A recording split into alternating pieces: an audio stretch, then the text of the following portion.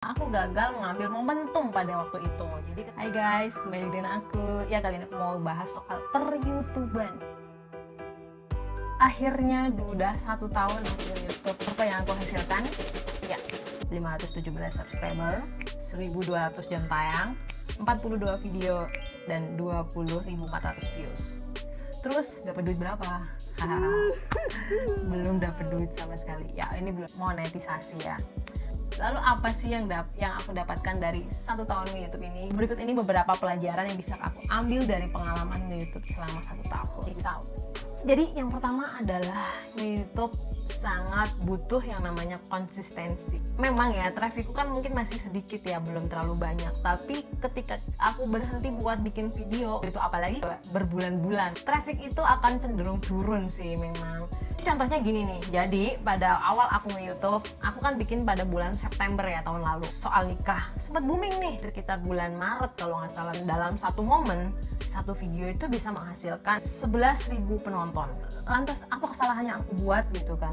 Kesalahan yang aku buat adalah ketika itu terjadi, aku tidak langsung mengeksekusi gitu, menindaklanjuti dengan video-video serupa dengan tema-tema yang sejenis gitu. Dan waktu itu aku kebanyakan mikir, kebanyakan riset.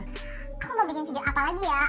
Aku harus bikin video yang menarik lainnya nih, dan aku mau menggali tema-tema yang lain gitu. Dan aku menunda-nunda gitu kan buat bikin video.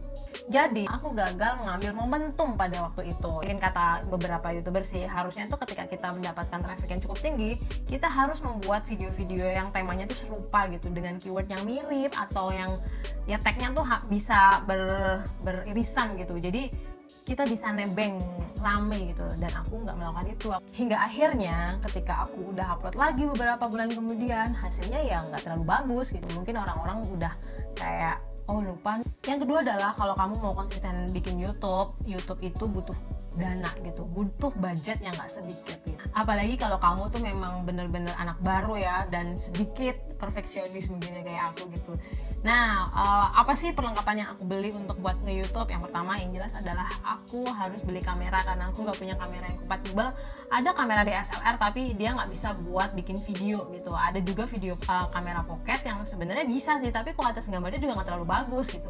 Akhirnya aku pun beli kamera Canon M50. Setelah itu udah ada kamera nih, otomatis kan harus ngedit video nih. Nah, ngedit video ternyata juga nggak bisa pakai laptop ecek-ecek ibarat kata. Sebelumnya aku memiliki laptop yang speknya memang hanya cukup untuk aku kerja biasa, yaitu kerja gue kan editor ya, jadi hanya butuh untuk editing tulisan gitu. Sedangkan untuk editing video dia butuh spek yang cukup tinggi, hingga akhirnya berbulan-bulan mempertimbangkan aku harus beli yang namanya PC. Mau yang lebih murah, akhirnya aku bikin PC rakitan gitu, dengan spek yang cukup lumayan mumpuni untuk ngedit video menggunakan Filmora.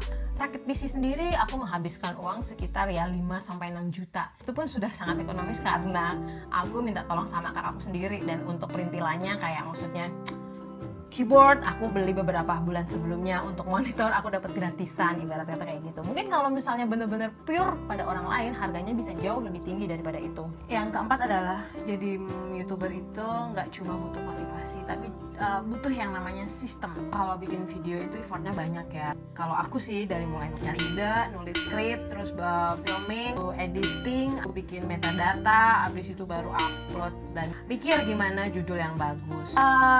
Dipikir-pikir kalau misalnya kita nunggu ide dateng, terus kita nunggu mood untuk bisa take video kayak gini ya sebenarnya kita nggak jadi bikin sih, nggak sempet ibarat kata gitu. Jadinya ide itu ya kadang-kadang kalau dicari itu susah banget, dia itu tiba kapan aja gitu. Nunggu mood dan menjaga motivasi buat ngedit video, buat bikin YouTube itu sangat-sangatlah susah ya, menurut aku juga gitu. Maka dari itulah dulu tuh juga YouTube aku tuh sering mangkrak gitu loh, kayak misalnya 1 bulan penuh misalnya, habis itu bulan berikutnya kosong gitu aja terus gitu, karena aku memang belum punya sistem gitu loh, belum punya rutinitas gitu. Tapi kita butuh yang namanya kebiasaan, kita butuh yang namanya ritme atau pola. Kan membuat jadwal gitu loh, kayak misalnya ini hari buat ngedit, ini hari buat bikin skrip, ini hari buat upload gitu sih. Jika kita udah bisa bikin jadwal kayak gitu, biasanya hidup gitu loh channelnya. Pelajaran lainnya yang aku dapat soal metode membagi waktu dan tenaga menjadi konten kreator YouTube adalah sistem batching. Awal-awal aku bikin video satu-satu gitu, misalnya kayak hari Senin nih aku bikin video 1, terus hari Selasanya aku ngedit, hari Rabunya aku terbitin, terus hari Kamisnya bikin lagi video lagi, take lagi, bikin satu gitu. Dia terus kayak iprit-iprit gitu loh. Nah, metode seperti ini sangat menguras tenaga. Karena apa? Karena setiap hari kita harus mengulang setting kamera, belum lagi make up, nata tempat gitu loh. Nah, kalau kamu mau lebih hemat dan lebih efisien, caranya adalah dengan batching. Misalnya di hari Senin ya, aku harus mencari ide gitu kan, sebanyak-banyaknya, terus disimpan nih. Nah, terus habis itu hari berikutnya aku membuat skrip, dan membuat skrip semaksimal aku, sebanyak-banyak aku bisa gitu nulis skrip. Lalu hari berikutnya adalah misalnya hari membuat video. Jadi sehari itu bisa rekaman langsung gitu loh, 3 video atau 2 video gitu. Jadi nggak satu-satu gitu loh. Jadi ketika kita udah make up, udah dandan, itu sekalian aja gitu sih. Dan biasanya kalau ngomongin soal thumbnail itu aku bikin juga sekalian di hari yang sama. Misalnya pas ada suamiku nih, aku minta tolong dia fotoin aku dalam berbagai pose gitu. Ya kadang-kadang kalau sempat ya ganti baju sih. Kalau enggak biasanya ya udah buat tabungan aja. Thumbnail itu bisa dipakai buat video-video selanjutnya. Gitu lah. Cara ini jauh lebih efektif dan efisien. Jadi kalau kamu mau bikin YouTube biar nggak capek-capek, coba deh pakai sistem batching. Lalu yang 3 adalah mempelajari algoritma YouTube itu nggak semudah itu ternyata ya. Kisah dari per-YouTubeanku yang video pertama aku awal itu kan soal nikah, terus dapat view yang cukup banyak. Lalu aku membuat video-video lain gitu kayak misalnya parenting, nulis-menulis. Belum bisa mendapatkan view sebanyak itu padahal aku sudah melakukan prinsip yang sama gitu. Lalu kenapa itu masih nggak berhasil? Aku belum tahu ya. Kok bisa sih video itu tiba-tiba rame gitu kan? Itu juga masih aku teliti ya. Yang jelas video itu rame kayaknya dibagi oleh seseorang yang nggak tahu, mungkin temannya banyak di sebuah grup WhatsApp gitu kan, hingga orang-orang di grup itu pada nonton gitu, lalu disebar-sebarin ini. Itulah mengapa kalau kamu mau nge-YouTube memang harus selalu update gitu kan, mempelajari trik-trik baru gimana membuat sebuah metadata yang benar, lalu keyword-keyword apa yang lagi rame dan lebih gampang digunakan gitu. Pengalaman aku sih memang harus banyak eksperimen.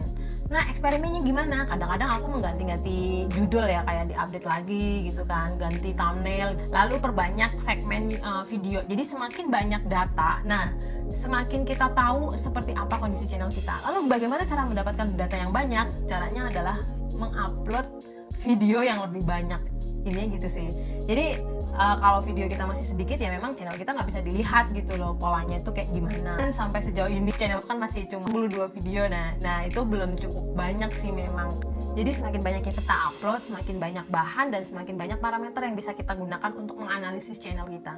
Ya, pelajaran yang berikutnya adalah kalau kamu berniat cari uang atau subscriber jutaan gitu kan, trust me, jadi YouTube untuk sekelas itu perjalanannya panjang dan sungguh-sungguh melelahkan. Jadi kalau menurut aku, goals kita ada lebih ke pribadi, menurutku itu agak susah bertahannya. Kita lebih mudah stres gitu sih, jadi kita juga lebih mudah putus asa gitu. Tentu saja pengen ya dapat subscriber banyak, mana sih kita udah invest banyak-banyak gitu kan, jutaan tapi nggak ada hasil gitu. Tetap itu sebagai tujuan. Kita semua harus mempunyai tujuan jangka panjang biar kita tetap bisa semangat sepanjang perjalanan kita untuk menjadi content creator di YouTube. Buat teman-teman yang mau belajar soal gimana nge-YouTube yang benar, misalnya kayak misal SEO dan lain-lain gitu kan, mungkin kamu bisa coba tilik beberapa YouTuber kayak Tim Media, terus Vanessa Lau juga follow dia, terus Catherine Manning, terus dan Jessie juga sih menarik-menarik. Dan jangan salah juga, YouTube Indonesia juga sering mengadakan kelas-kelas gitu loh. Ya, sekian video kali ini, semoga menginspirasi teman-teman. Semoga kita semua tetap konsisten dan bersabar menjadi content creator di YouTube. Jangan lupa klik subscribe dan bagian video ini ya. Sampai jumpa di video selanjutnya. Dah.